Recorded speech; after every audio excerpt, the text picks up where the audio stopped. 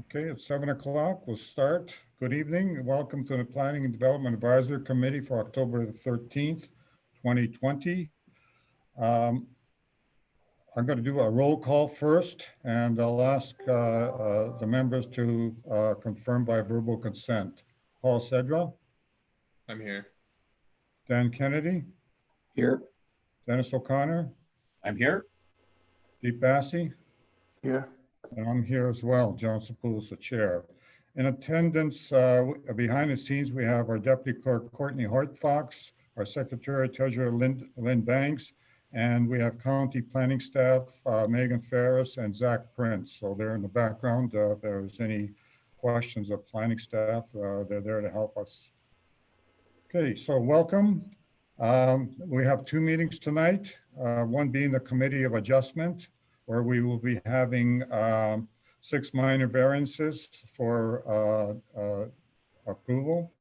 And then we'll break that meeting, we'll end it, and we'll proceed to the Advisory Committee, where we have one severance application and one zone bylaw amendment. And the Advisory Committee is strictly that. It's no decisions are being made.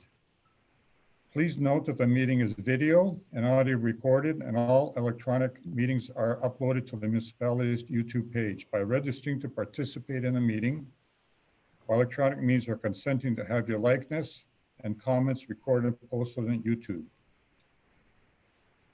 Okay, so we'll move to disclosure of pecuniary interest. Lynn, did we receive any disclosures of pecuniary interest? No, we did not. Does anyone have any disclosure of pecuniary interest this time? No.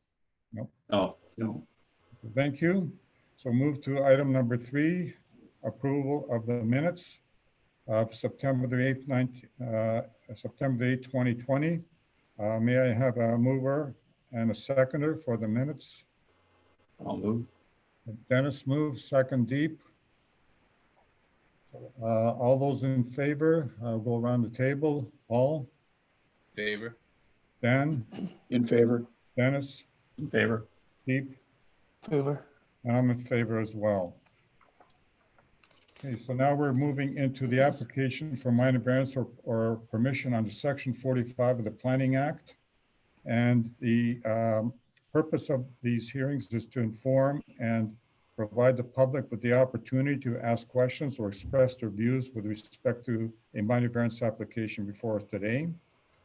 Township requests you please notify the secretary of the committee by email at lbanks@puslinch.ca if you wish to be on record and would like to be notified of future hearings and decisions regarding this application.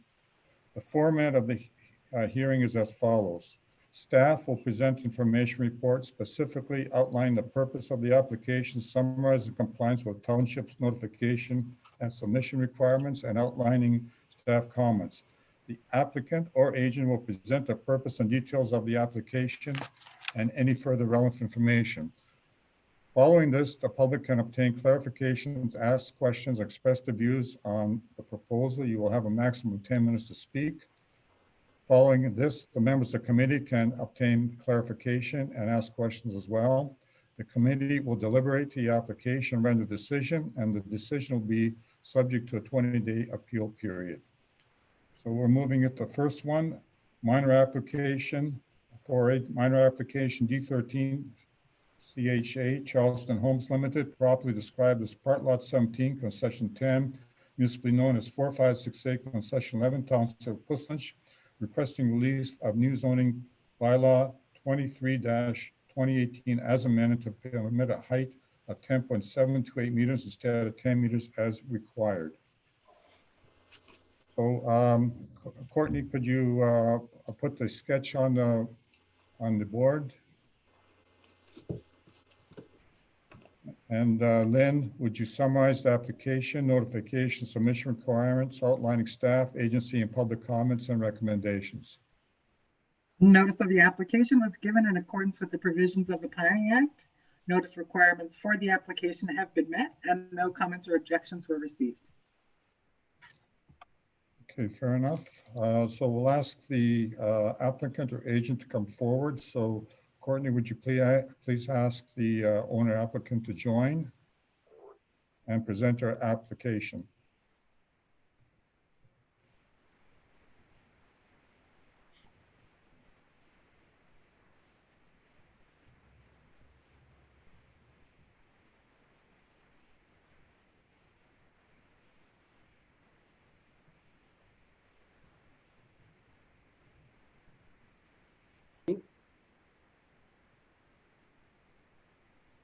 Hello? Yes, Yes. Hi, I'm a little bit new to this. I'm Dwayne Edwards from Charleston Homes. yes, Dwayne, so would you please state your name and address and then present your application? My name is Dwayne Edwards. I work for Charleston Homes. Address of Charleston Homes is Unit 2, Jolliffe Avenue, Rockwood, Ontario, N0B2K0.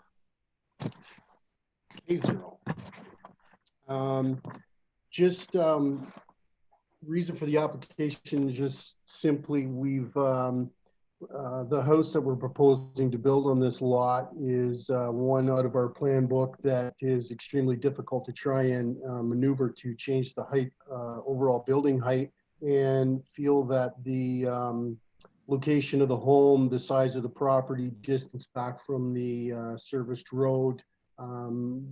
We're in hopes that that there can be the approval to the minor variance to increase the height to the 0.728, which I think works out to about 29 inches, I think higher than the allowable 10 meters for that specific zone. I don't know much more to add to that. And like I said, I'm a little bit new to this. I do know that we built houses in the past in the township of Puss Lynch that do exceed the building heights. And I don't remember having to go through this process. So I just, in simple terms, That's fine. We'll take it from here. So we'll give the public the opportunity to Yeah. speak. Lynn, are there any registrants who requested to speak on this item? No, there is not. Okay, and Courtney or Lynn, are there any written comments? No, we did not receive any comments. Okay, Courtney, would you let us know if there's any attendants watching the hearing would like to provide comments or ask questions regarding this application currently under discussion? I will just ask everyone in attendance as an attendee, if you could just use the raise your hand function if you do have a comment, and I can unmute you as we do have about 8 attendees present.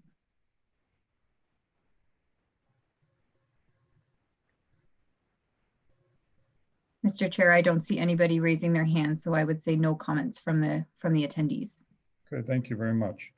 Okay, now we turn it over to the committee. Do any members have any questions regarding this application?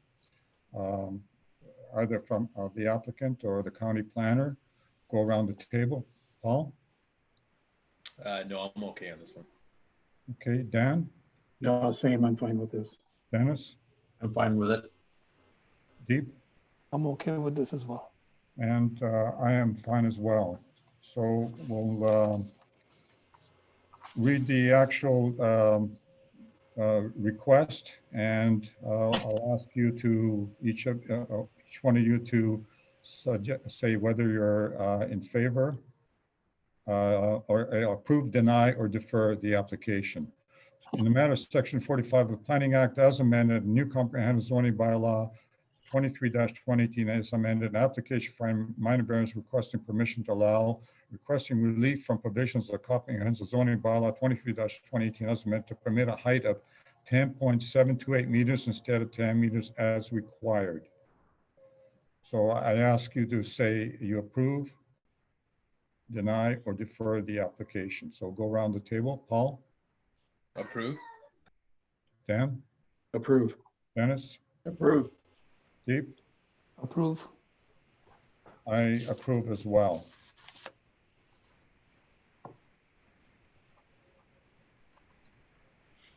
So Lynn, it's, I take it you got the counts unanimous, so we'll go back and we'll start with the next application.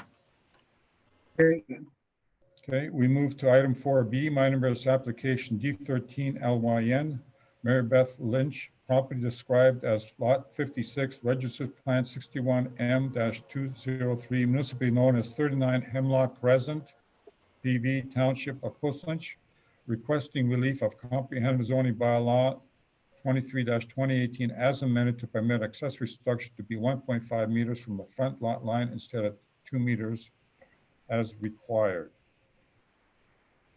Okay, so Lynn, would you summarize the application notification submission requirements outlining staff comments and recommendations? And Courtney, would you please put up the appropriate drawing?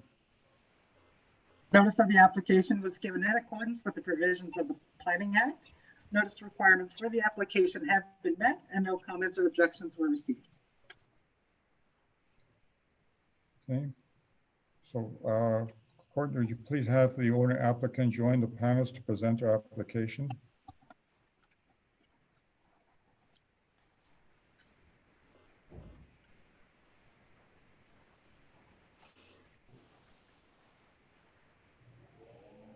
Hello. Can you hear? Yes, Okay, I'm new to this too. I have an existing deck there. can you please state your name and address for the record, please? Sure, it's Mary Beth Lynch, 39 Hemlock Crescent, Bushwich, Ontario, NOB 2JO. Great, thank you very much. So go ahead. I have an existing deck there that needs to be replaced, and I would like to put most of it across the front, which is not a problem, but I would like to leave part of it where it is now. And right now it is only 1.49 meters off the road instead of 2. I wanted to leave part of it there so I could use my existing sidewalks that are all already there. And I want to put a roof over top of it. Okay. All right, so let's turn it over to the public. Lynn, are there any registrants who requested to speak? No, there's not. Lynn, have there been any written comments received? No, there has not. Courtney, would you please advise whether any attendees watching the hearing would like to provide comments or ask questions regarding the application? I will ask the attendees if there's anyone that would like to make a comment, if they could please use the raise your hand function now. Mr. Chair, I don't see anybody raising their hand, so I would say no comments from the attendees. Thank you. Okay, now it's the move to the committee opportunity. Do any members of the committee have questions regarding this application? Paul? No, I'm okay on this. Dan?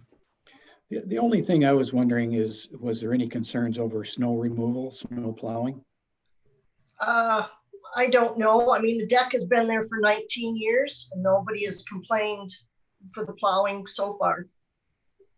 Okay, I'm fine. Okay. Dennis? I'm fine. Deep? I'm okay with this. I'm fine as well. So I'll read the decision document again. In a matter of Section 45 of the Planning Act as amended, a new comprehensive zoning bylaw 23-2018 as amended, an application for minor variance requesting permission to allow requesting relief from provisions of comprehensive zoning bylaw 23-18 as amended to permit an accessory structure to be 1.5 meters from the lot line instead of 2 meters as required. So again, I'll be calling you out by name and indicate whether you approve, deny, or defer the application. Paul? Approve? Dan? Approve. Dennis? Approve. Deep? Approve. And I approve as well. Okay, so Lynn, you have the total count. And we'll move, Thank you. Thank you. and we'll move to the next one. Okay, item 4C, minor variance application D13/DET, Martin Paul Lot Dieter, property described as rear park lot 7 and 8, concession 4, Laird Road West, Township of Lynch, requesting relief of new comprehensive zoning bylaw 23-2018 as amended to permit accessory building to be permitted prior to the erection of the principal building on the lot as required. Okay, so we'll turn it over to Lynn. Lynn, do you have a summary of the application, notification, submission requirements, outlining staff, agency, and public comments and recommendations? Notice of the application was given in accordance with the provisions of the Planning Act. Notice requirements for the application have been met, and the following comment was received. The comment is from the Township of Plymouth Fire Services, and their comment is, please ensure that emergency access, firefighting, and EMS is maintained to the accessory unit while the principal residence is being constructed. If the accessory unit is going to be occupied while the principal unit is under construction. And anything with respect to the agreement? No, but that will be a condition of the decision, that they will have to enter into an agreement to allow the accessory structure to be on the property while the residence is being built. Okay, good. Thank you very much. All right, so would the applicant or agent please come forward? Courtney, would you please allow them access to the video?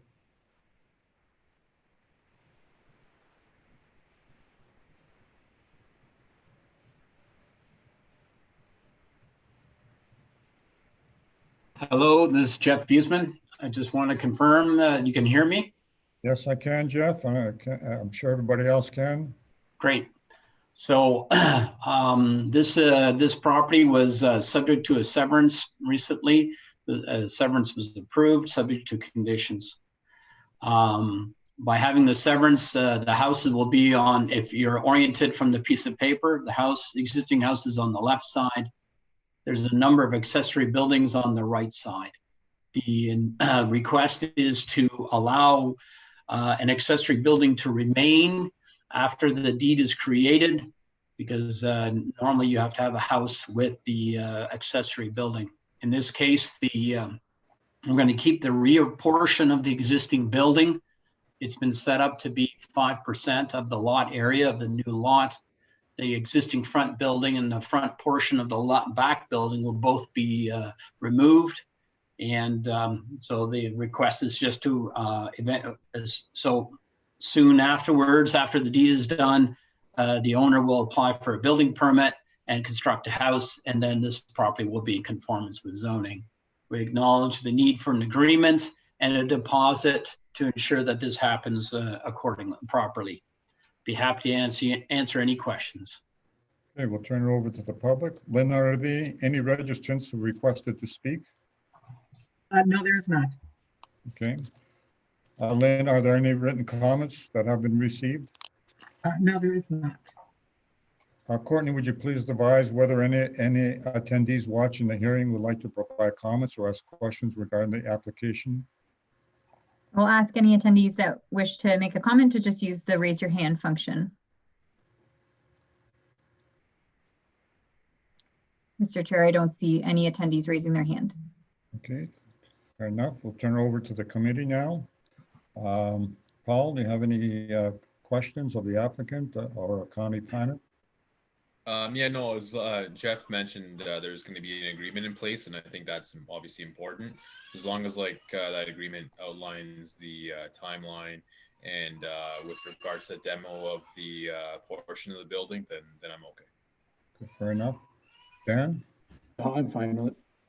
Okay, Dennis? Yeah, I agree with Paul's comments. I'm fine with it. Deep? I'm good with it. Okay, fair enough. I don't have any questions or comments as well. Okay, so we'll read the document. In the matter of Section 45 of the Planning Act as amended, the new comprehensive zoning bylaw 23-2018 as amended, an application for minor variance requesting permission to allow requesting relief from provisions of the comprehensive zoning bylaw 23-28 as amended to permit an accessory building to be permitted prior to the erection of the principal building on the lot as required. There are two conditions. First condition is ensure emergency access for firefighting and EMS is maintained to the accessory unit while the construction of the principal residence is taking place. If the accessory building is to be occupied while the construction is being done. Two, the owner will enter an agreement with the township that will allow the owner to keep the accessory structure on the property until the dwelling is completed and the owner has occupancy. A term of the agreement is that the owner will be required to provide a security to the township, which will be returned to the owner once the accessory structure has been demolished. So I'll go through the each one of you, asking you to either approve, deny, or defer. Paul? Approved. Okay, Dan? Approve. Dennis? Approved. Steve? approve, I approve as well. So this is subject to a 20-day appeal period. Okay, Lynn, I assume you have all the votes. We're good to move on to the next one. Okay, we move on to item 4D, minor variance application D13-TIM, Timberworks Custom Homes Limited, property described as Wellington vacant land condominium number 172, unit 71, municipally known as 109 Heritage Drive, PB, Township of Puslinch, requesting relief of new comprehensive zoning bylaw 23-2018 as amended to permit a maximum lot coverage of a dwelling to be 23.7% instead of 20% as required. Lynn, would you please summarize the application, notification requirements, and submission requirements, outlining staff, agency, and public comments and recommendations? Of the application was given in accordance with the provisions of the Planning Act. Notice requirements for the application have been met, and the following comment, there were no comments received from agencies or departments circulated. However, we did have a comment from a resident. I can read it now, or I can read it when you ask if there were any comments received from residents. Let's wait till after the presentation. Okay, so Courtney, would you please have the owner or applicant join the panelists to present their application and put the appropriate drawing on the screen?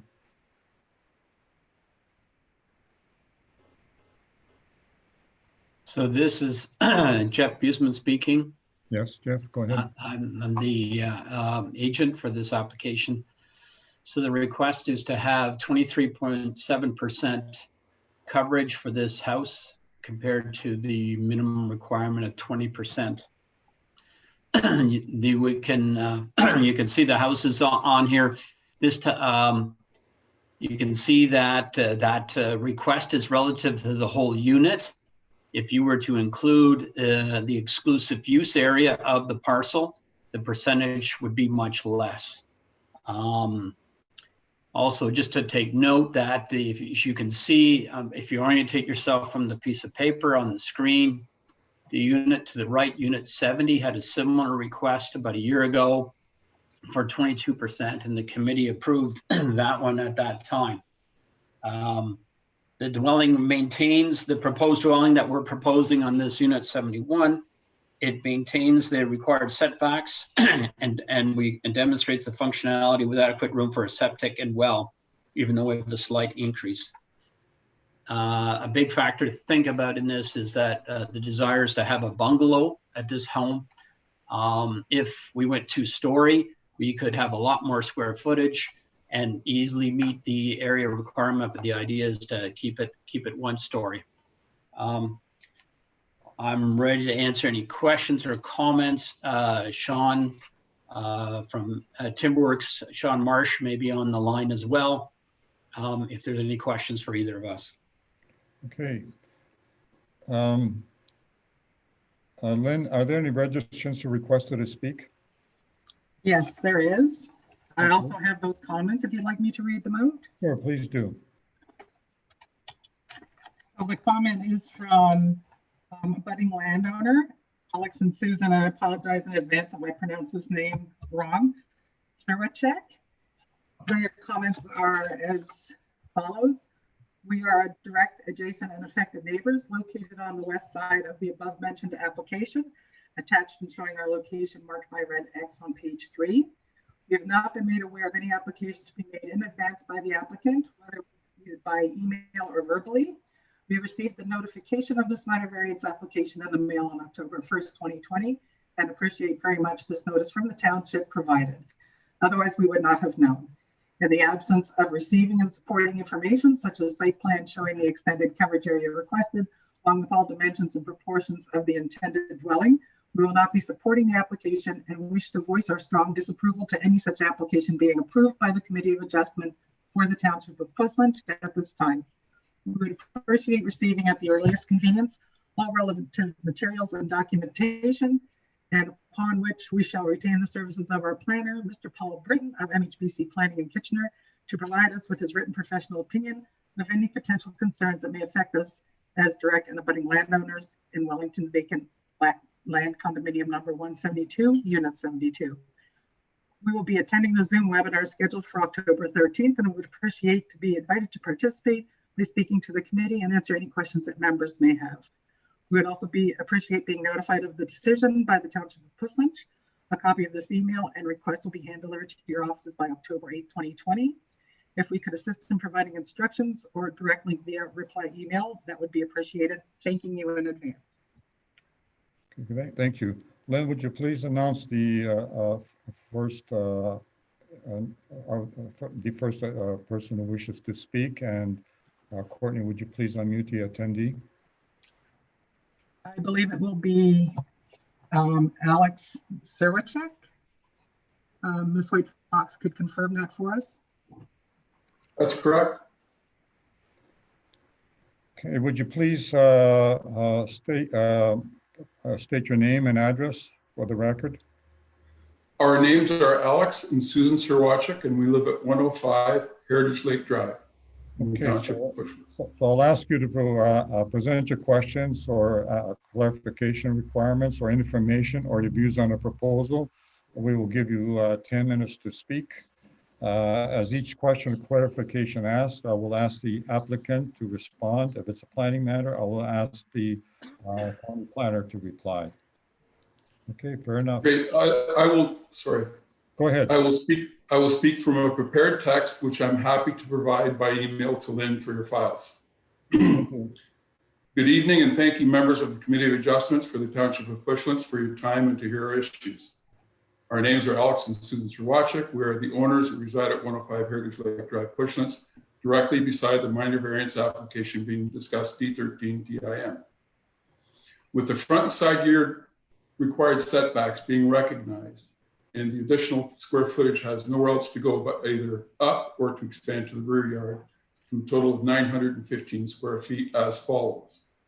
The proposed dwelling coverage is 545 square meters or 5,866 square feet. The lot size is 2,300 square meters or 24,757 square feet rounded times 20% equals 4,951 square feet permitted. The difference requested is 915 square feet or 18.5% in additional square footage. Under the current permitted lot coverage, it is an 18.5% increase in the dwelling coverage when the 3.7% is added to the 20%. The letter included in the application dated September 10th from Van Harten Surveying speaks to the benefit of exclusive use area in assisting the calculation of a reduction of the lot coverage to 15.5% and is confusing. What it does is minimize the impact of the coverage amount being requested. The exclusive use area, as noted in the letter, is not an owned portion of the applicant lot, is owned by the condominium corporation, and is also defined as a no-build area and should not be permitted to be used in a complete application to calculate the lot coverage. In addition, it's not a slight increase as described, being at 18.5%. We have several other further concerns with the site plan and additional square footage coverage as follows. From the lower level office area of our lot 72, the proposed porch areas remove a substantial portion of the eastern view of the lake from the side windows of the office area. And it would be almost entirely obstructed by the addition, as well as to morning and sun shadow concerns. A view exists currently without the addition. From the main level inside our living area, again, a sizable area of the eastern portion view of the lake would be obstructed. The extended addition also causes privacy concerns and aesthetic concerns with regards to our views eastward, as well as sun and shadow issues that would otherwise not exist. A series of existing living room windows facing east and the master balcony views exist currently without the encroaching requested addition. The encroachment of our current lake view, for which a substantial premium was paid for, would impact the value of our home on resale. After sending and receiving an acknowledgement of the initial email to Lynn Banks on October 7, 2020, we received notice from Lynn Banks on Thursday, October 8th, that more information will be posted on the town website for that day or the following day, Friday, leaving no time to offer an informed opinion provided by October 9th, 2020, 4 p.m. deadline. With COVID and Thanksgiving on the cusp of the committee meeting date, along with the delayed receipt of additional information, and with no notice posted on the lot, we will require our planner, Mr. Paul Britton of MHBC Planning, to review the documents and material to provide a professional opinion. He also may wish to request additional documents to conclude his opinion. No advertisement nor sign of this application has ever been erected, posted to our knowledge, as required by notice of this application to provide adequate communication to the public about this submission. We drive by, walk by it daily, and live beside it. It should be required that the applicant be made to reapply and observe and monitor the regulations and afford the public the same opportunity. We have no issue with the site plan without the additional square footage meeting the current requirements. We respectfully requested the Committee of Adjustments not to approve the application in its current form and to provide us the opportunity to seek the guidance we expect and to have MHBC planning to collaborate with the applicant or his agent. Respectfully submitted. Thank you. Is there anything else you wish to add? Mr. Sawacek? I have nothing further to add. Thank you. Fair enough. Okay, so we'll ask the members of the committee if they have any questions of you. So we'll go around the table. Paul? I guess just maybe a question for Jeff with regards to Alex's comment of the lake view. I guess,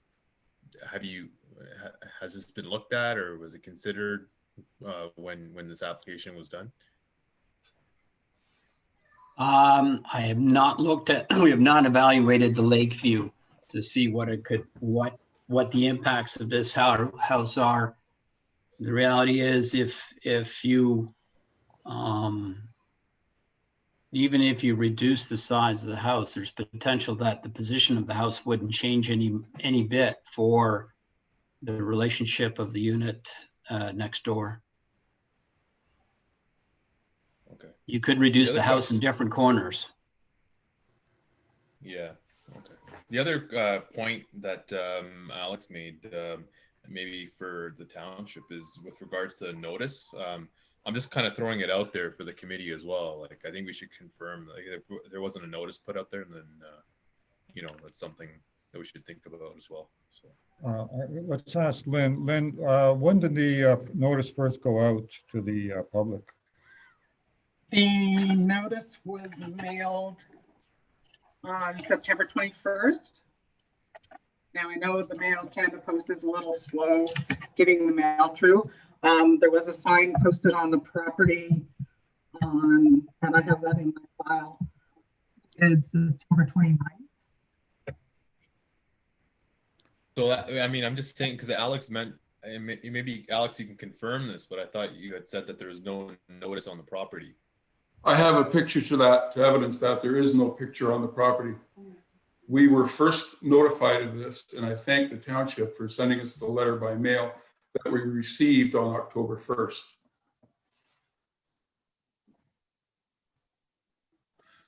There is no sign posted on the lot. I do have a picture of the sign, Mr. Chair, and I can share that with the committee if you would like.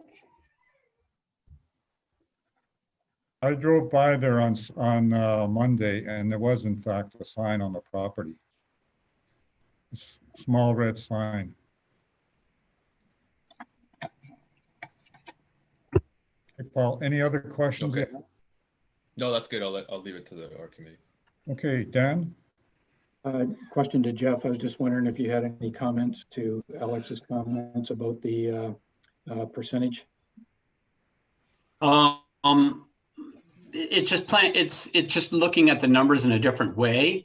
I mean, what he's done is saying that I mean, the reality is we're requesting is at 23.7 versus 20% coverage.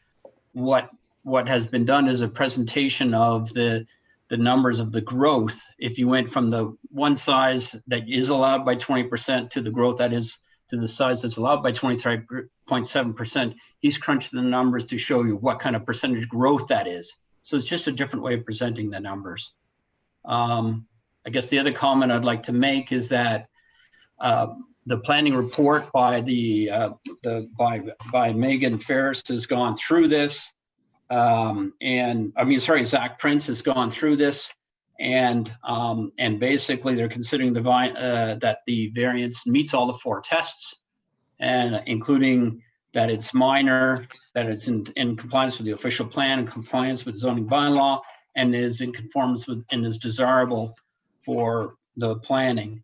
I feel like this process has gone through. This has gone through all the appropriate process and timing, and has met all the requirements. Any other questions, Dan? No, that's it for me. Dennis? Well, Dan's and Paul's questions hit what I had.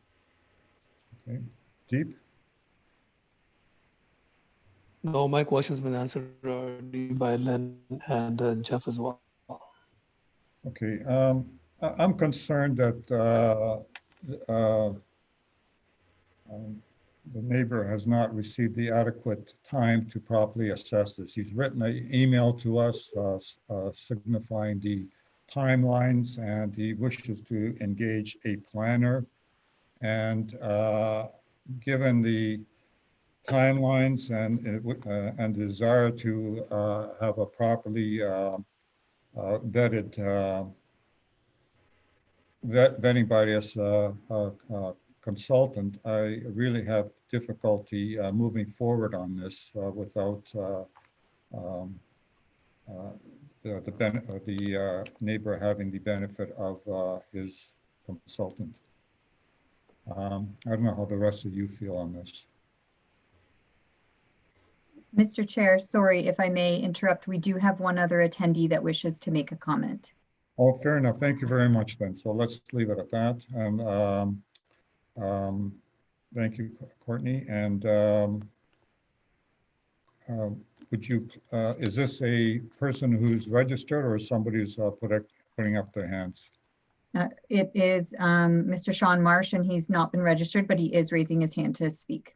Okay, fair enough. So let's put Mr. Sean March on the screen, please.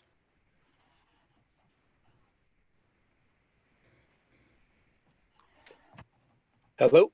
Yes, would you please state your name and address, and I'll give you 10 minutes to speak.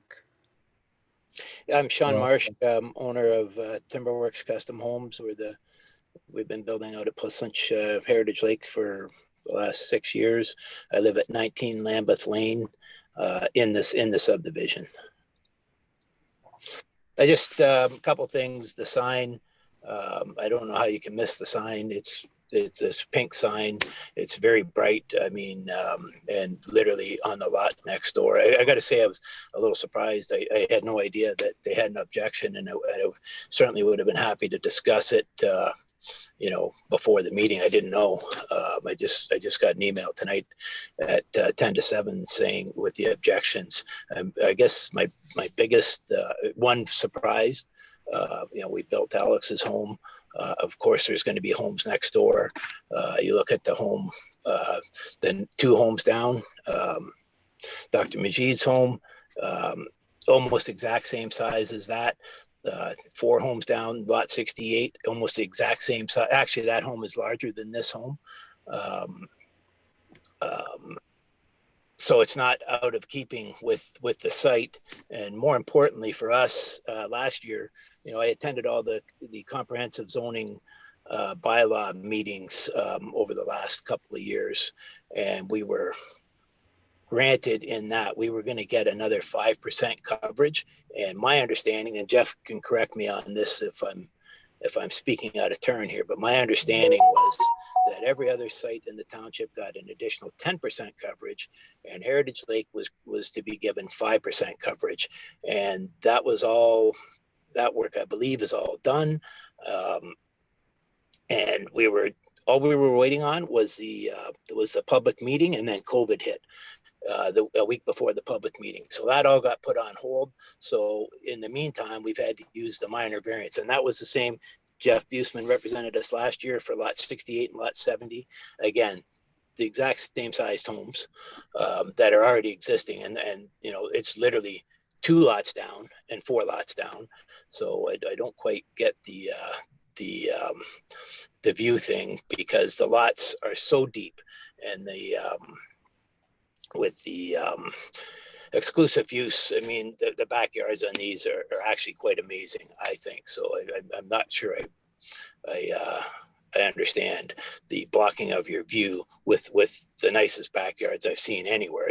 But more importantly, had COVID not hit, and we would have finished our bylaw, we just had to have the public meeting, and then that was, my understanding is that's what we were getting, and we've had to use the minor variance mechanism because that got held up by COVID, in which case we wouldn't even be having this discussion. And maybe Jeff can verify that. That's my interpretation of it. So that's all I ask is we're not asking for anything that we haven't already done. We're not asking for anything special in terms, I mean, we're at 23.3%. My understanding is that once the new bylaw goes in, we're allowed 25%. And lastly, Jeff's comment about, you know, we could put much larger homes on this site had we gone the 2-story route. So it's not, we build the bungalows. We build the bungalows because we have lots for them. I think we've really gone to a lot of trouble to make this an exceptional community. It's one of 3 net zero communities, estate communities in the province. I mean, I'm proud as punch of it, of what we're doing there. So I'm a little, I got to say, I'm just flustered. I'm caught off guard. I had no idea. I would have been happy to discuss this with Alex had he just made me aware of it. But, you know, maybe I can have that discussion offline. But more to the point, what we're asking for here isn't anything that we haven't been told that we're getting. So I'm not quite sure I understand the reasoning behind that. So, all right, that's all I had to say. Okay, so do we have any questions of the speaker, Paul? No, I think Sean was pretty clear there for me. Dan? No, I'm clear. Dennis? There. Deep? Oh, I'm good. Yeah, I don't have any questions of Sean March either. Okay, so gentlemen, any discussion before we take this for a decision? And Mr. Chair, sorry, I apologize to interrupt again. Are we permitting attendees that have already commented to comment again? Mr. Alex Sir-Waychek has asked to speak. He's raised his hand again. Certainly, let's let him come on. He still has a few more minutes left. We got another 6 minutes left for him. Okay. Thank you. I appreciate it. Just a couple comments on Councillor Sepula's driving by and seeing the sign. Perhaps maybe either I'm confused or there's some confusion.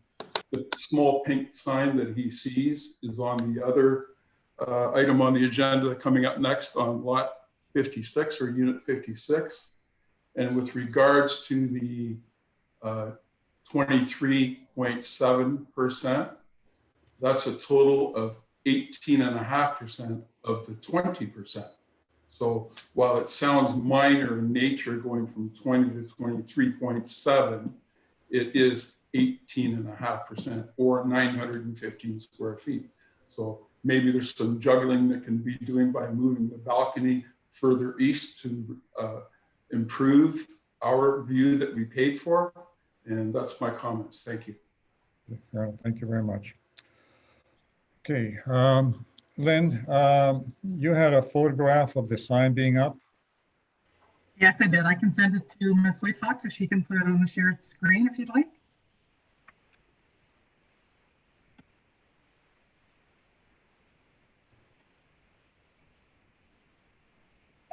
It'll take me just a second to send it to her.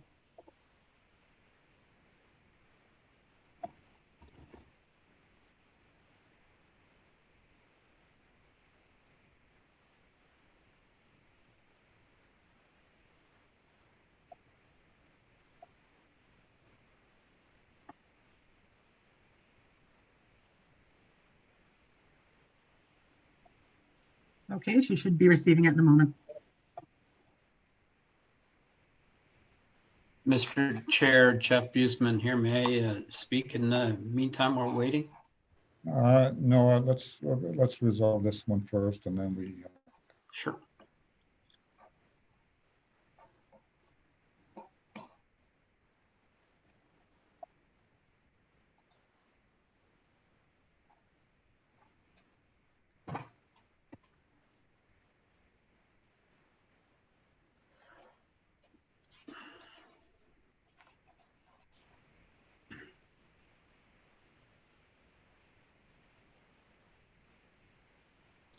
Okay.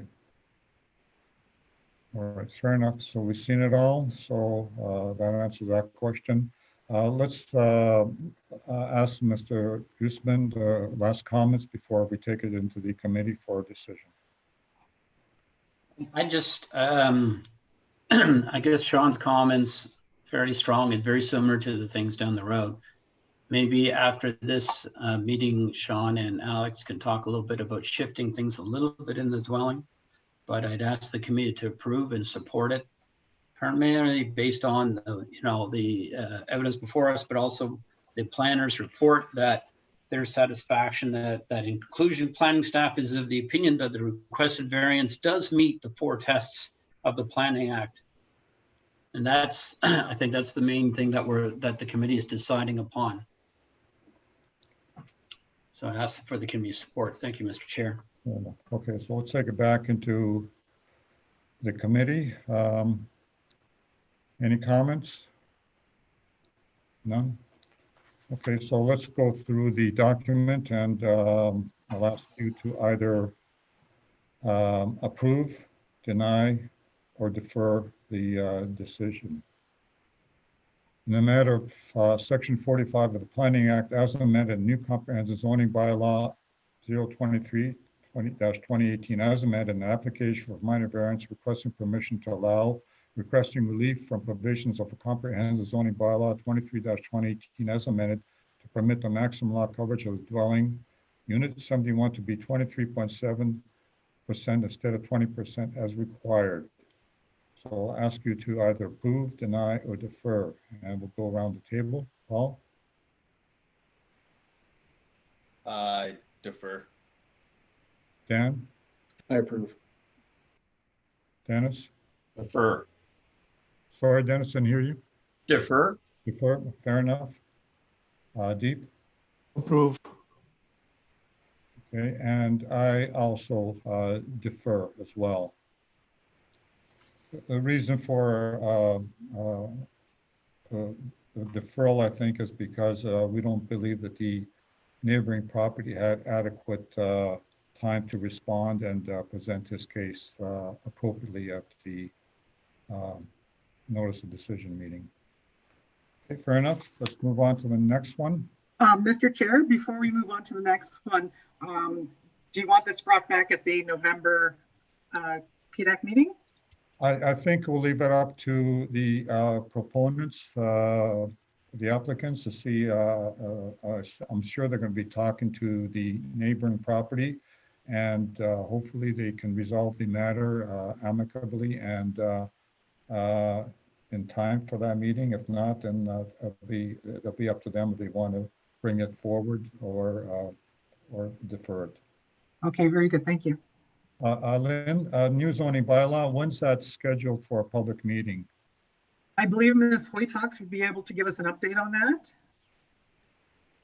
Mr. Chair, it's scheduled for October 21st at 7 p.m. for the first public meeting. Fair enough. Thank you very much. Okay, so let's go on to 4E, minor application, minor variance application D13, TIM, Timberwork Custom Homes Limited, property described as Wellington vacant land condominium, number 172, unit 56, municipally known as 149 Heritage Drive, PV, Township of Pussons, requesting relief of new comprehensive zoning bylaw 23-2018 as amended to permit a maximum lot coverage of the dwelling unit. It says 71, Lynn. I don't think it's 71. It's unit 56 to be Unit 24% instead of 20%. Correct, it's unit 56. Okay, so Lynn, would you please summarize the application, notification, submission requirements, outlining staff, agency, and public comments and recommendations? Notice of the application was given in accordance with the provisions of the Planning Act. Notice requirements for the application have been met, and there were no comments or objections received. Okay, fair enough. So are there any registrants, Lynn, who have requested to speak? No, there is not. Okay. Courtney, would you please advise whether any attendees watching the hearing would like to provide comments or ask questions regarding the application? I'll ask any attendee that wishes to make a comment to just raise their hand with the raise the hand function. I don't see anyone raising their hands, Mr. Chair. Okay, so I'll guess I skipped Jeff to make his presentation. Pardon me? No, Jeff is here. Okay, Jeff. I'm here to speak, sorry. Go ahead, Jeff. Yeah, I mean, this is requesting, it's the same development. We're requesting 24% instead of 20%. It does not have the exclusive use area, but you should note that on the right, it's an open space area and there are no units on the right. Similar to the previous one, the planning staff is in support of this application. And there's no objections to this particular application. So again, the planning staff says it does meet the 4 tests. I don't think we have to go through all the 4 tests. So I ask for the committee's support for this application. Okay, Lynn, I'll have to go through the process again. Are there any registrants who requested to speak? No, there is not. Okay, and Courtney, would you please advise when the attendees watching the hearing would like to provide comments or ask questions regarding the application? If any attendee wishing to speak could please just raise their hand. I don't see any attendees raising their hand. Good, thank you. So we'll turn it over to the committee. Do any members of the committee have any questions regarding this application of the applicant or county planner? No, just confirming again, there's no objections from any of the neighboring properties in the neighborhood? Lynn?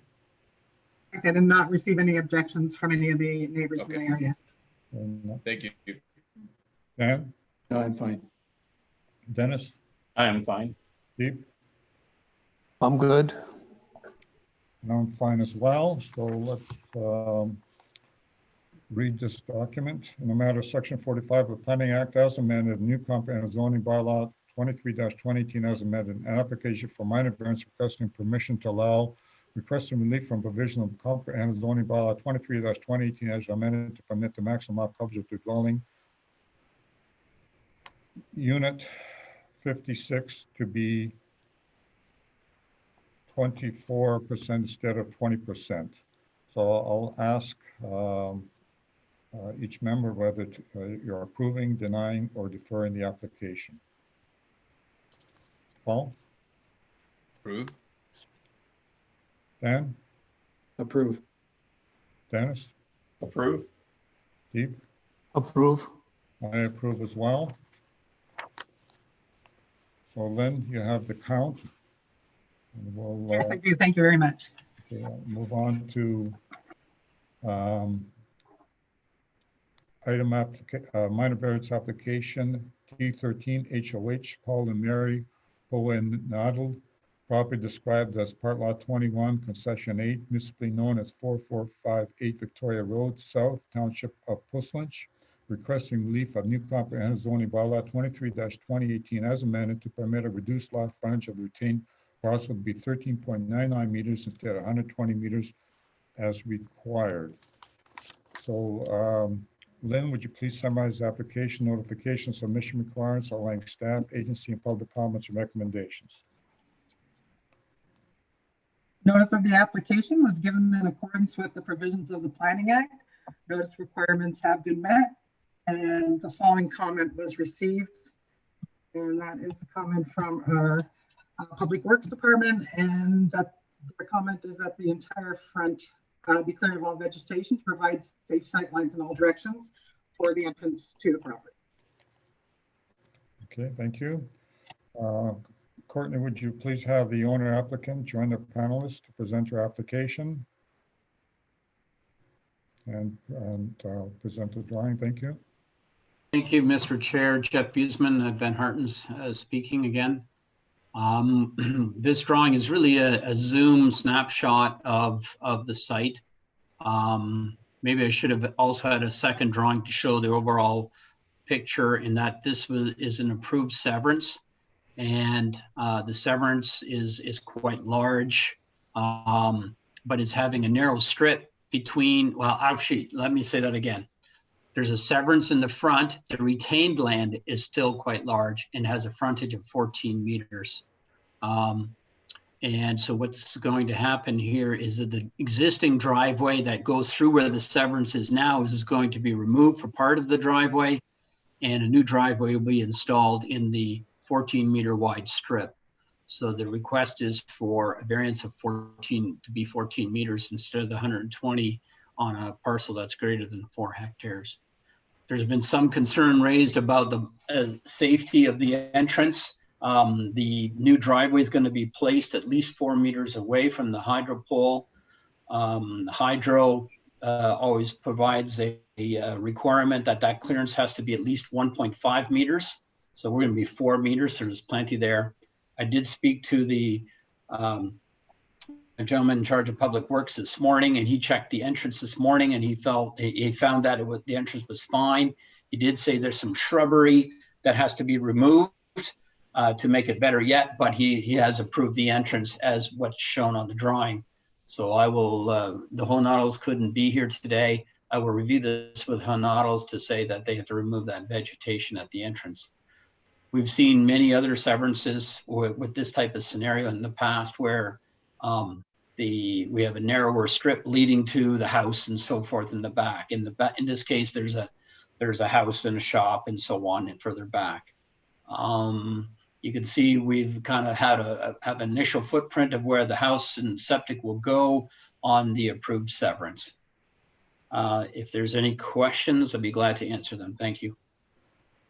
Okay, Lynn, are there any registrants who requested to speak? No, there is not. Courtney, would you please advise whether any attendees watching the hearing would like to provide comments or ask questions regarding the application? If any attendees wishing to comment could please raise their hand. I don't see any attendees raising their hands to speak. Thank you.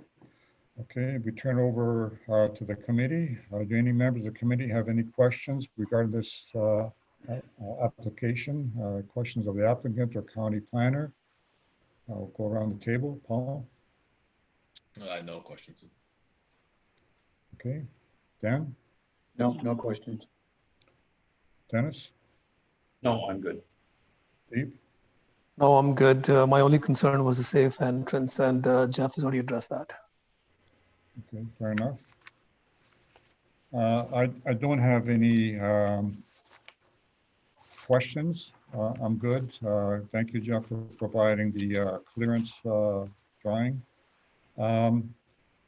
So we'll put a condition in that safe access to and from the site can be achieved. So I assume that will encompass the requirements of the township staff. Lynn, is that satisfactory?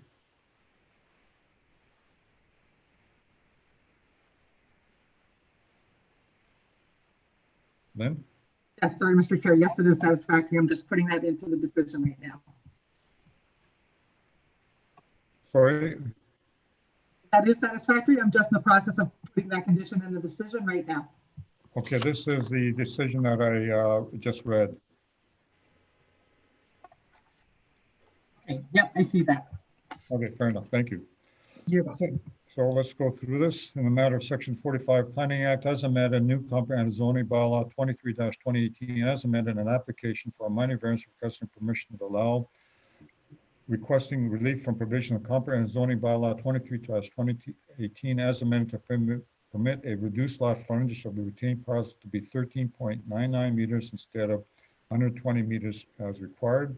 I'll ask each one of you to either approve, deny, or defer the application. Paul? Approve. Dan? Approve. Dennis? Approve. Steve? Approved. And I approve it as well. So Lynn, you have the count? I do, thank you. Okay, fair enough. So other matters, is there any other matters that any members or staff wish to raise? Seeing none. Okay, and like I have a motion to adjourn the Committee of Adjustment at 8:01 p.m. and a seconder as well. Mover, please. I will. And second, Dennis. Go around the table, in favor or not in favor, Paul? Favor. Dan? In favor. Dennis? In favor. Deep? In favor. I am as well. Okay, so now we move into the Planning and Development Advisory Committee. As I mentioned before, we have a zoning bylaw amendment, and it's strictly for our comments to make to council. And we also have a land division. It's strictly for our comments to provide to the county land division committee. So we'll go around the table with respect to the item on 8, disclosure of pecuniary interest. Lynn, do we have any members who've signed the documents signifying they have a conflict of interest? No, I did not receive any. Okay, and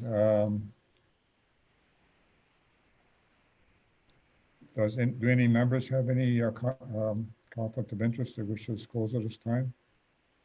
No. No. So I'll go through the process of a roll call again. So Paul? Present. Dan? Present. Dennis? Present. Steve?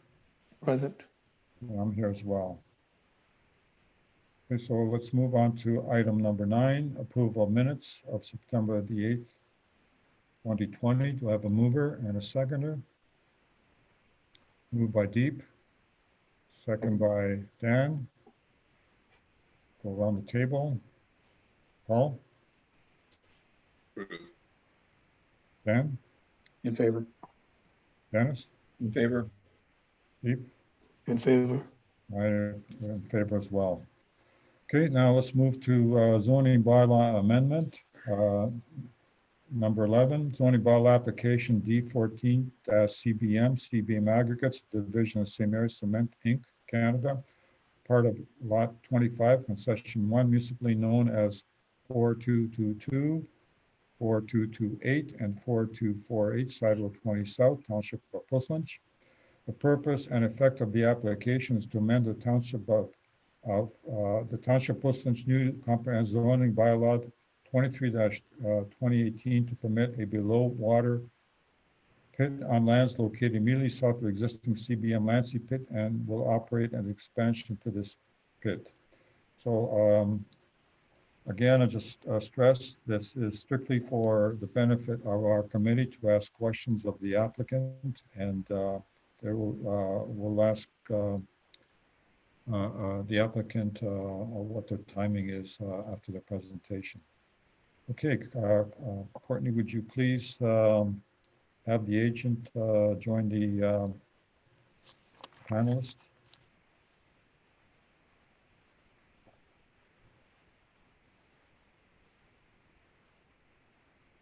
see Neil there. Neil, you there? We can't hear you if you're saying something.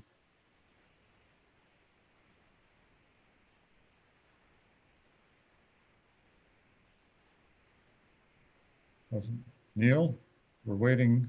I don't see an icon beside your name for a mic, so I don't know if you have a mic or not.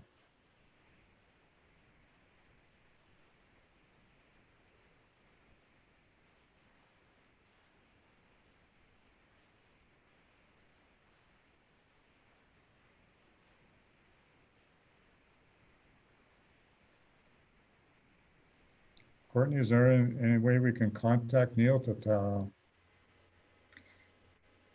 Mr. Chair, maybe I can recommend that maybe Neil disconnect and reconnect. It looks like we're having trouble getting your microphone.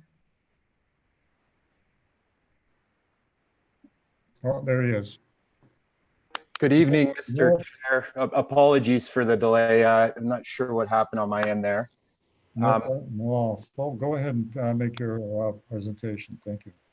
My name's Neil DeRuyter. I'm a planner with MHBC Planning. I'm here on behalf tonight of CBM Aggregates.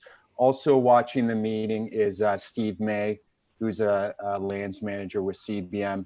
I'll just start. I thank you for the opportunity to provide an overview to Pdac and to go through this proposal. I'm not sure if Courtney's, I can't see on my screen whether Courtney's put up the presentation. Thanks, Courtney. So next slide, please, Courtney.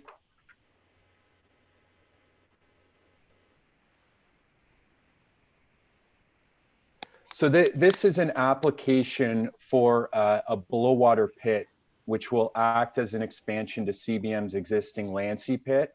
The property is located south of Concession 2 and on the west side of Side Road 25. On the map in the screen in front of you, we've highlighted the property in red. You can see there's a spot there that's connected on the northern boundary to the Lancy pit. That's where extraction is proposed to proceed through that area. We previously were at Pdac last year for a lot line adjustment on a portion of this property, which was approved in 2019. So that's why when you look at the shape of the property, it's a bit of a L shape to it. In terms of the applications that have been submitted, there are three main applications. The first is a license application under the Aggregate Resources Act. The second is a zoning bylaw amendment that's with the township. And the third is an official plan amendment that's with the county. As noted, this proposal's for a below water pit.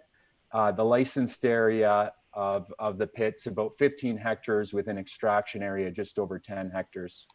Next slide, please.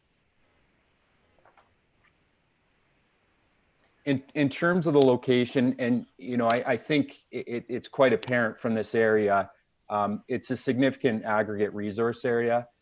It's identified in both the county's official plan and provincial geological mapping as a significant resource area. This area contains some of the highest quality sand and gravel in the Wellington area. The materials that are being extracted here, particularly with respect to CBM's operations, produce concrete and asphalt. So it's incredibly high quality material in a very close to market location. As was seen in the previous map, there are pits to the west, north, and east of the site. Importantly for this proposal, and I'll highlight it in a couple slides, the proposed pit will use the same haul routes and processing plant that's already in place. In terms of adjacent land uses, there's a couple of houses within 120 meters of the property. But what I'd like to point out to the committee is those houses are located closer to other pits. From a land use compatibility perspective, there certainly is a predominance for aggregate extraction in the area. Next slide, please. In terms of the proposed zoning bylaw amendment that's with the township, on the map that's shown here, and it might be a little hard to see, but in the black hatch line, that shows the area where extraction is going to be proposed on the site. So that area is proposed to be rezoned from agricultural to extractive.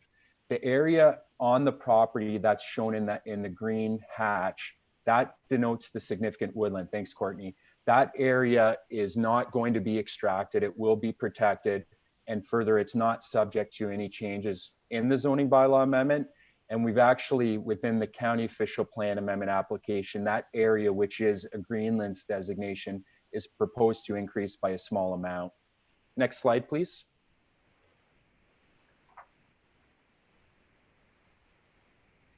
In terms of the proposed operation of the site, this is an operation that we would call a feeder pit. In other words, it's material that's extracted, loaded, and then hauled to another site for processing. So at this expansion, just similar to the existing Lancy pit, there won't be any on-site processing. There won't be any aggregate crushing. All materials that are extracted from this site would go through the existing Lancy pit. It would cross concession 2 at the existing crossing, and then it would head to the main processing plant where they're currently processing materials. And then from there, materials would be shipped to market, going north towards McLean up to up to 401. So the haul routes in terms of this proposal don't change. We aren't showing any new roads that would be subject to any truck traffic. Importantly, one of the things in discussions with the community is that there will be no trucks on Side Road 25. There's no proposal to have trucks run that way. They'll continue to use the existing crossing on concession 2.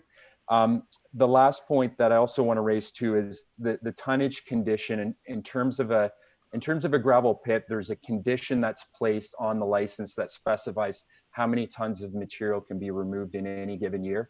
That limit is going to be the same as what it is for the Lancy pit, which is 1 million tons per year. The proposed hours of operation for this pit will be 7 a.m. to 7 p.m. Again, that's consistent with what has occurred for the existing Lancy pit. Next slide, please. In terms of the rehabilitation plan for this site, the idea is that it would connect to the pond at the existing Lancy pit to the north. So the figure on the right-hand side of your screen shows in blue the proposed area that would become a pond. That would then connect on that portion of the property that connects with the Lancy pit. In addition, in terms of the proposed rehabilitation, there are plantings that are proposed along the border of the significant woodland. And discussions have been underway with the township's ecologists about how to best provide for the appropriate tree species and planting specifications for that area. The one thing I think when we've gone into this application that we're very mindful and aware of is the fact that this being a below water extraction application is that we want to ensure that there is some opportunity for the township post-extraction, that there would be developable potential on this property. So the rehabilitation plan's been designed so that potentially there could be a developable area along Side Road 25 following the closure of the pit. And obviously the land uses or whatever it may would be determined at the appropriate time, but we thought it would be important to ensure that there was an area left for that. Next slide, please. With respect to the application process, there's been several studies that have been submitted with the planning and the license applications that are listed there. There's a planning report, a natural environment report, hydrogeological assessment. And I'd like to just pick up on one thing on the hydrogeological assessment. Because this is a below water extraction proposal, there's a higher degree of analysis with respect to the water impacts. And certainly in this area, there is a wealth of monitoring information, both with respect to impacts, potential impacts as a result of below water extraction, but then also looking at potential cumulative impacts on surface water features, private wells. All that information allowed for a thorough and a comprehensive assessment with respect to the hydrogeology. So I wanted to highlight that part. The other studies are an archaeological assessment, a noise study, and then the site plans that show how the site will be operated and rehabilitated. The planning applications have been deemed complete by the township and county. So both those applications have been circulated to the public and review agencies. As well, the Aggregate Resources Act application has been deemed complete by the Ministry of Natural Resources and Forestry. We expect that public consultation will start under the Aggregate Resources Act in the coming months. For the committee, it's important to know that under the Aggregate Resources Act, the consultation is proponent-led. So in this case, CBM would lead the consultation efforts. So what that will include is very similar to the planning applications. It'll be direct mailings to adjacent landowners, notice signs, an ad in the newspaper. CBM will be setting up a project website with additional information. There will be an information session, and as well, there will be opportunity for comments and objections. So it's very similar to the planning consultation process, the difference being instead of the county or the township leading it, it's led by the applicant. And I guess the other thing on the applications, we're really, I guess it'd be important to say we're early in the review process. So we've just started getting agency comments, which we're in the process of responding to. And certainly with respect to reaching out to the community, there's going to be plenty of opportunities and chances for the public to provide comments and for them to interact with CBM. Next slide, please. In terms of the comments that we've received to date, I'll just highlight a few for the committee's attention. The first is the GRCA has indicated that they have no objections to the planning applications. They found that there were no features of interest on or adjacent to the site. A couple other important findings from their clearance on the planning applications is that they felt that there wouldn't be any impacts to Mill Creek, which is over 1 kilometer away. They don't think that there will be any impacts to wetlands. The potential impacts to base flow of the closest surface water feature, GRCA expects that that will be negligible based on the fact that there are other below water operations closer to such feature. And GRCA has recommended that an ongoing monitoring occur for both water quality and quantity, which certainly with respect to the hydrogeological recommendations is that monitoring continue for this expansion. We did receive comments from the township's reviewer, that being hydrogeology, ecology, and engineering comments. The township's hydrogeologist identified issues with the cumulative assessment regarding below water extraction, both on groundwater and surface water features. They also had questions about the potential diversion of groundwater. The township's ecologist requested that additional environmental field work be undertaken, and that the significant woodland boundary be flagged on site. And then the township's engineer requested some further information on erosion and sediment control. So right now, CBM's consulting team is in the process of responding to those comments. Certainly for the hydrogeology, you know, there's enough there in terms of that a response will be provided to address those comments that have been raised.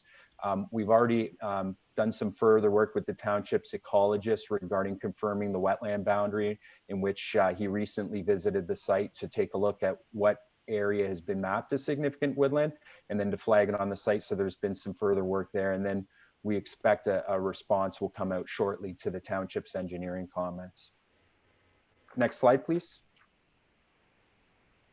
So with that being said, we're very early in the review process. We certainly appreciate bringing this application to the committee's attention, and we look forward to continuing working with the township and the review agencies.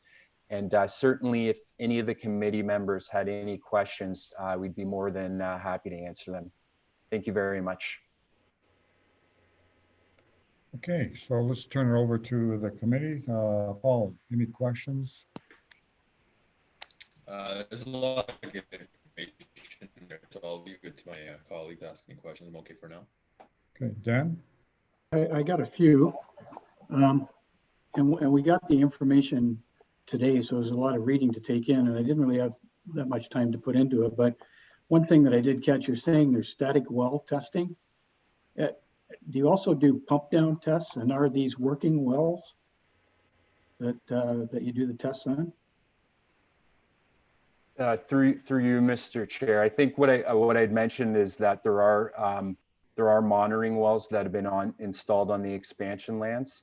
So in part, those are drilled, and then the water levels are determined based upon seasonal fluctuations of that. And then as well, in terms of what I was mentioning, I think that the part was that there's a lot of existing information, certainly because of the other operating pits in that area. They also have monitoring requirements.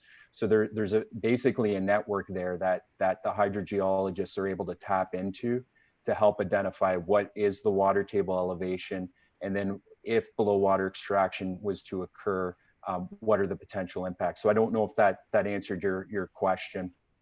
The one question I didn't, so they're monitoring wells, I understand that, but it's just straight static well testing. There's no pump down or anything like that to see if the well will regenerate itself in a certain amount of time through a data logger? Through you, Mr. Chair, I'd have to clarify with CBM's hydrogeologist on that point. Certainly we can provide that information to the committee. Okay. The other question I had was, you're saying this is a feeder pit, agreed on that, and you're not going to go down side road 25. So you're going to be using the existing crossing. I personally have had I don't want to say a close call with a truck going across there, but I assume there's going to be a fair increase in traffic going across that road. Could there be any opportunity to look at maybe advanced warning or a yellow light flashing or something like that? I'm not saying a stoplight by any stretch. We don't need any more stoplights, but maybe a bit more for the drivers and for the the people using the road. And then the other thing would be that road does get to be quite a mess. And is there any opportunities for extra cleaning of that road? I don't know who takes care of that, but it is a mess. Through you, Mr. Chair, I know when the Lancey pit, the existing pit, was first licensed about 10 years ago, that there was a traffic study done to take a look at how many trucks would be crossing at maximum level to understand what that would look like. And that at that point, they hadn't recommended any further transportation improvements. Certainly with this proposal, there isn't, and the tonnage levels and the extraction activity in terms of trucking would remain the same. This is a township road, and certainly with respect to taking a look at that, and if that includes any matters with respect to cleanup, I think CBM would be willing to have that discussion with the township. But at this point, there's no crossing light or additional measures beyond what's currently in place for that crossing. Okay. And sorry, my client did text me the benefits of doing this virtually, but on your question about the pump test, he clarified that pump tests can occur in sand and gravel. If it was a bedrock formation, that's how they would do it. But with respect to this being a sand and gravel formation, there was no pump test, so it would have been static water levels taken. So the wells haven't been drilled down into rock? Yeah, I'll get that confirmed, but certainly there was no pump test with respect to those monitoring wells on site. Okay, thank you. Okay, Dennis? No, Dan covered anything I was thinking. Thank you. Deep? No, I'm good. Okay. You mentioned you're going out to the public to get their input and various next steps. Could you sort of outline the public consultation program in a little bit more detail? Like what are you planning to do exactly? Yeah, so through you, Mr. Chair, the process under the Aggregate Resources Act is that notice gets provided directly to all landowners within 120 meters of the property. So that's consistent with the Planning Act requirements for a zone change. As well, the notice sign has to be installed on the site, and there's an ad placed in the newspaper. Likely it will be the Wellington Advertiser. With respect to an information session, typically pre-COVID, we would do that in person, right? We would rent a community hall. We would have the project team there to review the information and answer any questions from the public. The MNR has further clarified how information sessions can now be held. So likely what we expect will happen with this one, and this is still has to be reviewed with M&R, is that the information session will take place by conference call. And so times will be set up with residents where they can then speak with the consulting team. Obviously with this, in this setting, CBM has several other operations. They are in the process of setting up a dedicated website where all the studies and the application materials will be posted online. And then there will be opportunities then to have specific discussions with the community. We're also working on ways of simplifying and clarifying the language for the public, because I know certainly when people receive notices, whether it's a Planning Act application or an application under the Aggregate Resource Act, I think it can be a little overwhelming. So we're trying to find ways to really provide a plain language summary of exactly what's being proposed, how people can get involved, and who to contact if they have any questions. So the goal that we're hoping is that we can line up the Aggregate Resource Act consultation with the Planning Act consultation as much as possible. Just it makes it easier for dealing with the public, that they know everything is being done at the same time. Where as much as we can, we will certainly be coordinating with the township and the county on their efforts. What would be the anticipated time for this public consultation virtual meeting? What are you looking at? Late this year, or early next year, late next year, just roughly time-wise? Through you, Mr. Chair, the consultation will start either towards the end of this year or early next year. There is what is referred to as a 45-day consultation process. And so that's under the Aggregate Resource Act. That's the window that residents have and agencies have to provide comments. So we expect that will either occur later this fall or in the winter. Certainly CBM wants to avoid the Christmas and the New Year as so that we're not interrupting the schedules there. So it'll either be this fall or early next year. Okay, with respect to the increased pit, do you have a timeline of how long it will take to excavate the material that you've identified in this extra property? Through you, Mr. Chair. So there's approximately 3 to 4 million tons of sand and gravel on that property. And so CBM's applied for a maximum annual tonnage of 1 million. Certainly that doesn't mean that CBM is going to be extracting 1 million tons every year, and it depends on market conditions. You know, I think with respect to the timelines, you know, it would likely vary, but to give a number, it would probably in the area of 5 to 10 years. Okay, so does the existing gravel pit have has it expended all its gravel, or is it still another few years to go there?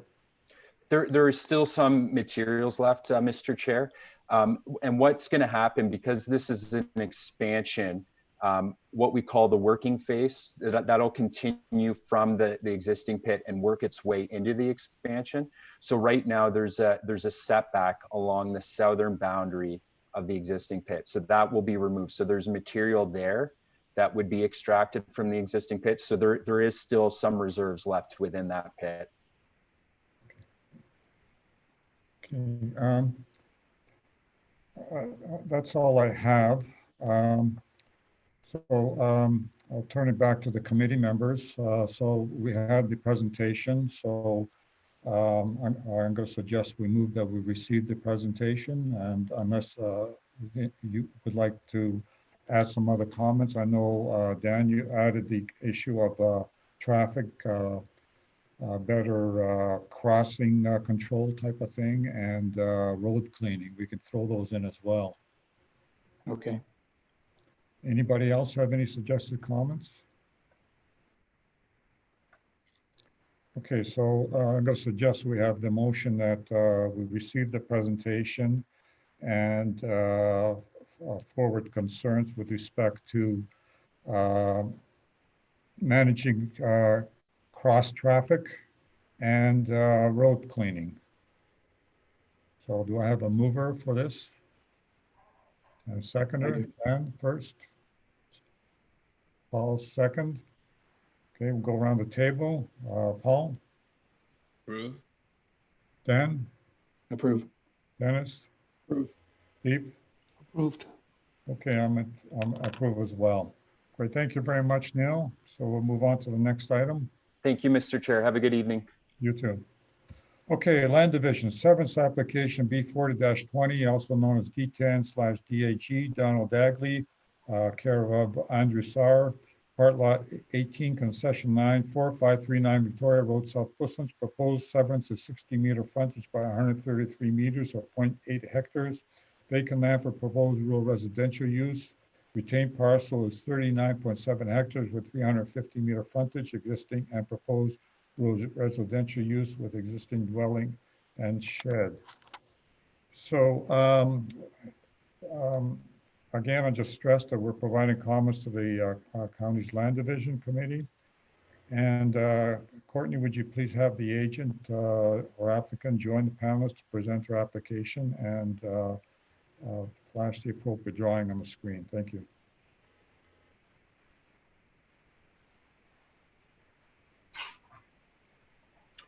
Thank you, committee and Mr. Chair. I'm Jeff Houston again. I'm live and connected to the meeting. Thank you. We can hear you. Go ahead. Okay, so you can see on the screen the proposed severance application is in the right-hand corner as you face it from the road or from the orientation of this piece of paper. Proposal is for a rural residential severance of 0.8 hectares. 60-meter frontage, 133 meters deep. Would potentially set the depth of the severance to be similar to that of the property, not immediately next door. There's a property next door on the right. You can see number 7 on that sketch. It has a narrow strip and then goes behind parcel number 8. That was a severance that was created. I'm going to get, it says application number B1415. So that was created 5 years ago already. But this particular severance that we're proposing, we're saying is as deep as parcel number 8. We've looked at the safe entrance requirement, it's fine. Although this area's got a fair bit of bush and shrub, it's not a wetlands or a sensitive area at all. So we didn't see any issues. It's secondary ag. It's been owned for 5 years. It meets all the requirements for a typical severance in the secondary ag area. I'd be happy to answer any questions from the committee. Okay, Paul, questions? No questions. Dan? No, I'm fine. Dennis? I'm fine. Steve? I'm good. I'm good as well. So I'm going to suggest that we move a motion forward that we support the application. Is that fair for everybody? Yep. Okay. So the motion, Lynn, is that the committee supports the application as presented. Do I have a mover and a seconder? Deep, move. Dennis, second. Let's go around the table. Paul? Approve. Dan? Approve. Dennis? Approve. Deep? Approve. And I approve as well. And I'm sorry, Mr. Chair, can I interrupt you for a moment? Do you Oh, want sure. the township standard conditions? Oh, I'm sorry, go ahead. Would you like the township standard conditions listed in the? Sure, let's read them and let's read them and go around the table to include them as well. Okay, the first one is that the owner satisfy all the requirements of the Township of Puslinch, financial and otherwise, including taxes paid in full and consent review and condition clearance fee, which the township may deem to be necessary at the time of issuance of the certificate of consent for the property. And number 2, that the owner obtain an approved entrance permit verifying safe access and sight lines on the severed parcel from the Township of Puslinch, and that the township file with the Secretary Treasurer of the Planning and Land Division Committee a letter of clearance of these conditions. Okay, fair enough. So have a mover to add these to the other motion. Deep, second. Dennis. Okay, let's go around the table. Paul? Approve. Dan? Approve. Dennis? Approve. Deep? Approve. And I approve as well. So that's pretty well it for the land division item. Let's move on.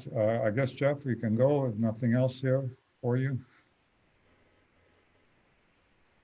I can't hear you, Jeff. Okay, let's go on to other matters. Review and approval of 2021 Pdac meeting dates. Lynn, you want to go through this for us? Certainly. So the committee meets the second Tuesday of every month, and the dates will be Tuesday, January 12th, 2021, February 9th, 2021, March 9th, 2021, April 13th, May 11th, June 8th, July 13th, August 10th, September 14th, October 12th, and November 9th, and December 14th, all in 2021, if the committee approves. Okay, I guess the only one is always been a problem is December. I don't know, the county's got their land division committees all planned out for that. In the past, we'd have to meet earlier or just to make the agenda. I don't know, Megan, if you can clarify that. Otherwise, we'll just leave it as presented.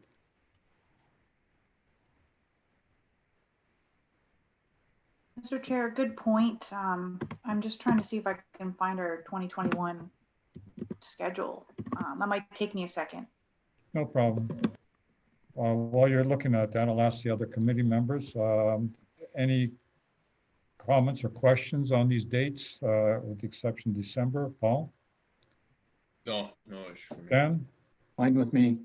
Dennis? No issues. Steve? I'm good. Yeah, I'm good as well. So the only issue is the December 14th date.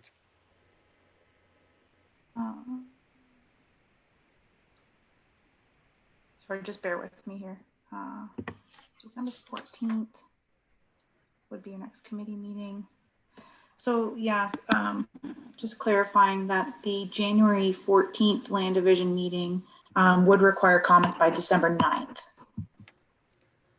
Okay. So it might, there's a bit of a discrepancy there. Okay, so Lynn, I guess, can you work with county planning to work on a date instead of December 14th to make another time that sort of works for us as well as them?